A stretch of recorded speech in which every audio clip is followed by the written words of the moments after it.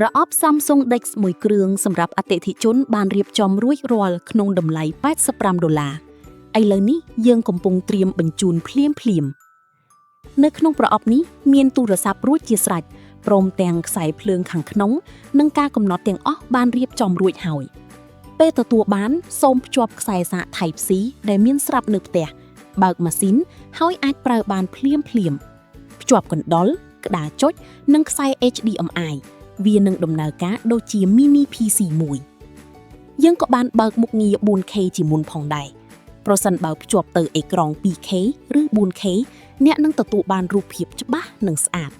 មុខងារនេះត្រូវការកំណត់ដោយដៃជាធម្មតាលើសពីនេះយើងក៏ជួយចូលគណនី Google Play ផងដែរមិនចាំបាច់ប្រើឯកសារ APK ទេអ្នកអាចទាញយកនិងអាប់ដេតកម្មវិធីផ្លូវការបានទោះបីអេក្រង់ទូរស័ព្ទខូចក៏ដោយយើងនៅតែមានវិធីកំណត់ឲ្យដំណើរការបាន